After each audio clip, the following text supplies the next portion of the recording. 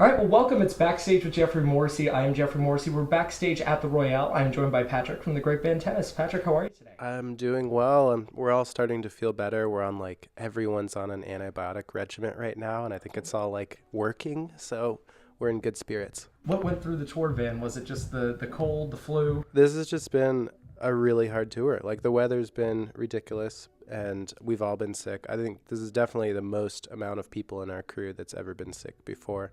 And Elena, I could talk at length about this, but we'll just give you the short. Elena fainted while we were at breakfast a couple days ago. Yeah, her body just gave up on her and she lost consciousness, and she's had the flu and dealing with a ton of symptoms. So this has just been a pretty hard tour for us so far. Seriously, and how do you guys sort of carry forward with that? Because I couldn't imagine, I just sort of going into the office after fainting. But yeah, we had to cancel a few shows, so we even just mentally getting prepared to go play shows again has been really hard. We had our first show back last night in Burlington, and it's hard to get in that mental space to feel confident in yourself and feel confident in your physical well-being. But luckily Elena pulled through, and it was honestly just a very emotional show for the both of us. Well, there you go. And this has been such a sort of, I guess you guys have been dealing with this, and this is also your first album on your own label, Mutually Definite. Yeah. And I know that last album cycle was a little bit tough, just sort of grueling with stuff with the label and things like that. But I assume opening your own label comes with its own set of challenges too.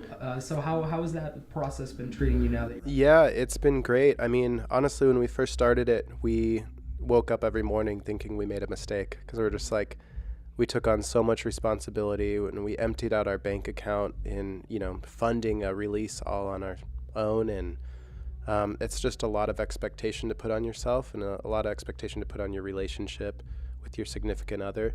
And we just, there's so many ways to peer into the future and see how many mistakes you can make and how you can lose it all. But luckily, we had a few things go really well. We got to play Coachella this year, and I think that really helped. And then Vinyl Me Please, which is a vinyl subscription service, chose our album as the album of the month. So we had a few big wins to help push it through, and this has been the most successful release we've ever done. And we couldn't have ever seen that coming. Well, there you go. And does that sort of pressure or thinking that you make a mistake, does that ever seep into the art at all? No, luckily we wrote the album before we decided to self-release, so we wrote it in a good place, and we didn't have to bring any of that nuance into the writing process, thank God. But yeah, that's honestly every other time we've made a record, when we're going into the studio, we're usually in a financial bind or something like that. So who knows how that influences us. We're in the studio. I couldn't even know myself. But yeah, this was the first album that we made in a pretty healthy mental space. Well, good. That's what we like to hear. Yeah. And then I read on this album too that this was now where you and Elena were able to really find your voice, which I can only imagine how difficult it is to find a creative voice, but let alone, when you're doing it in such a public way. How did you guys sort of go through that of finding your voice, but then not wanting to put out things that aren't representative of you? Yeah.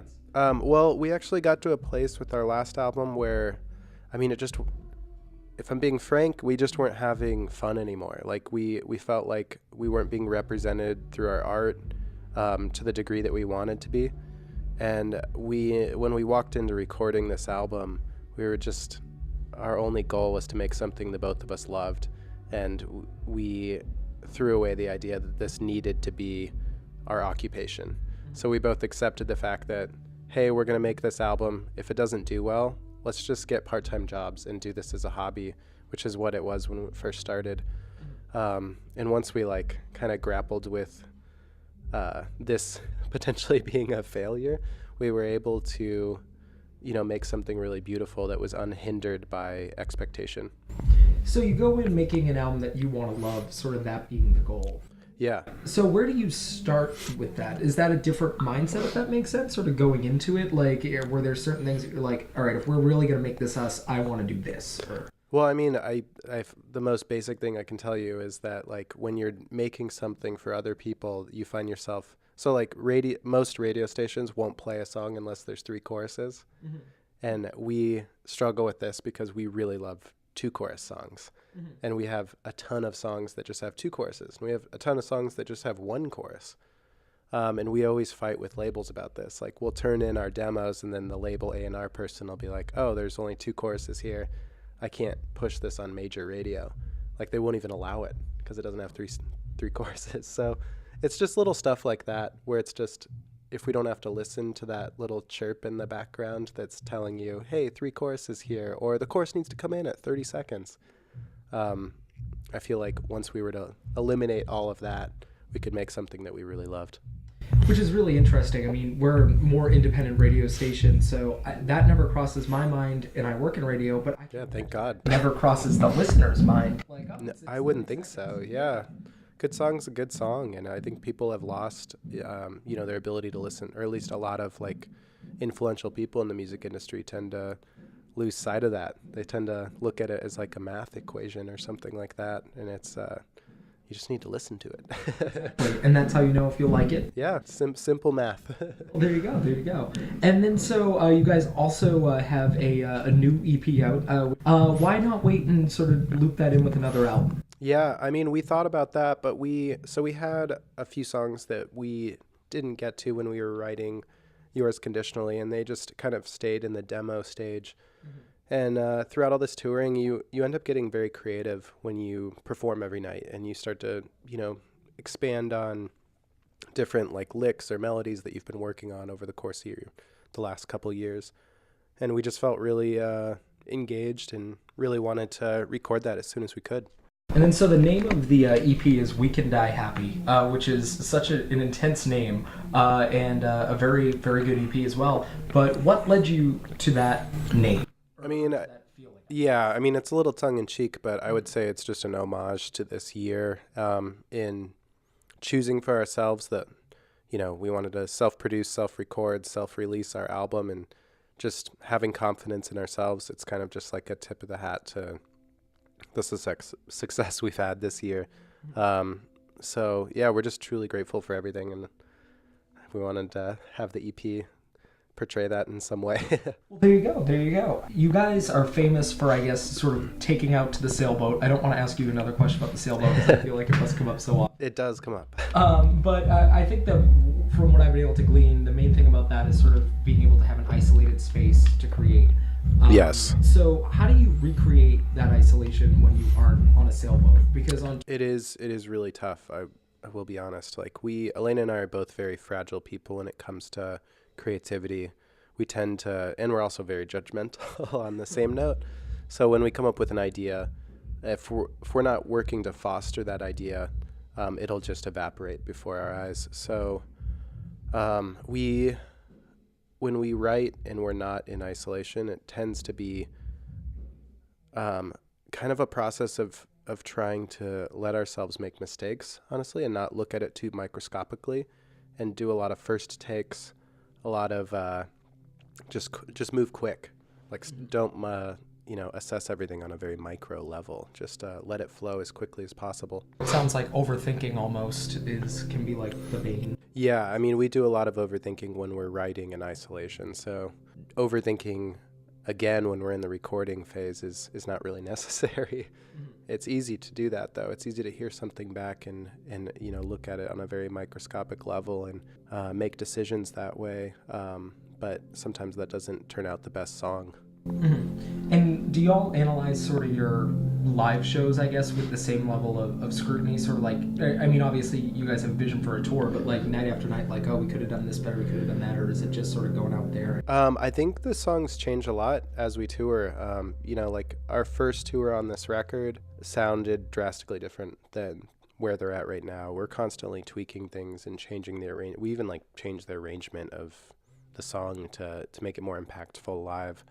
And that's just, I mean, some of that comes with boredom, and then some of that comes with just getting a crowd reaction from a song. Because obviously you want to have the crowd engaged, and you want the crowd to have a good time.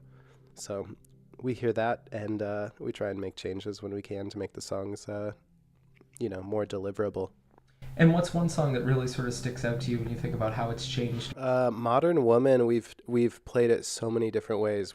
I think we started the tour and we did like a very like over the top full band with tons of like triggered synths and like MIDI sequencing on it, and it just wasn't working. And then we stripped it down to just Elena and I. We actually played it as a 2-piece for probably like 10 or 15 shows, and then still wasn't really like as impactful as we wanted it to be. And then now we're kind of somewhere in the middle, and we've made a few changes on the ending, and Elena changed some of the melody to, I don't know, just make it work. But yeah, it's changed all over the place. Well, nice. And can you think back to like any concerts that you've been to or anything like that where you see an artist do something different in the show and the record? Yeah, I mean, I think a lot of bands they're kind of the same mindset. Like stuff you record in the studio doesn't always translate live, and that's a struggle that everyone faces. We just got off a big tour with Spoon, and they're really good at coming up with live arrangements that complement the studio versions of the album. Oh, nice. Well, I know that you guys have a busy day, so I'm going to wrap this up. Who are you listening to right now? Who's one of your favorite bands? Oh, man. I actually got this album by an artist named Jim Sullivan. Okay. And the album's called UFO, and it's a compilation of some music he recorded with Phil Spector's studio band in the late 60s. And it's incredible. It's Elena and I's like favorite album right now, and we've listened to it like 50 times cover to cover, and it's incredible. And if you're looking for your new favorite album, start with yours, Conditionally, and when you need more, We Can Die Happy, and by then hopefully there'll be a new album. Sounds good. Yeah. Well, thank you so much. My guest today has been Patrick Portenis. Have a great show. Hey, thank you.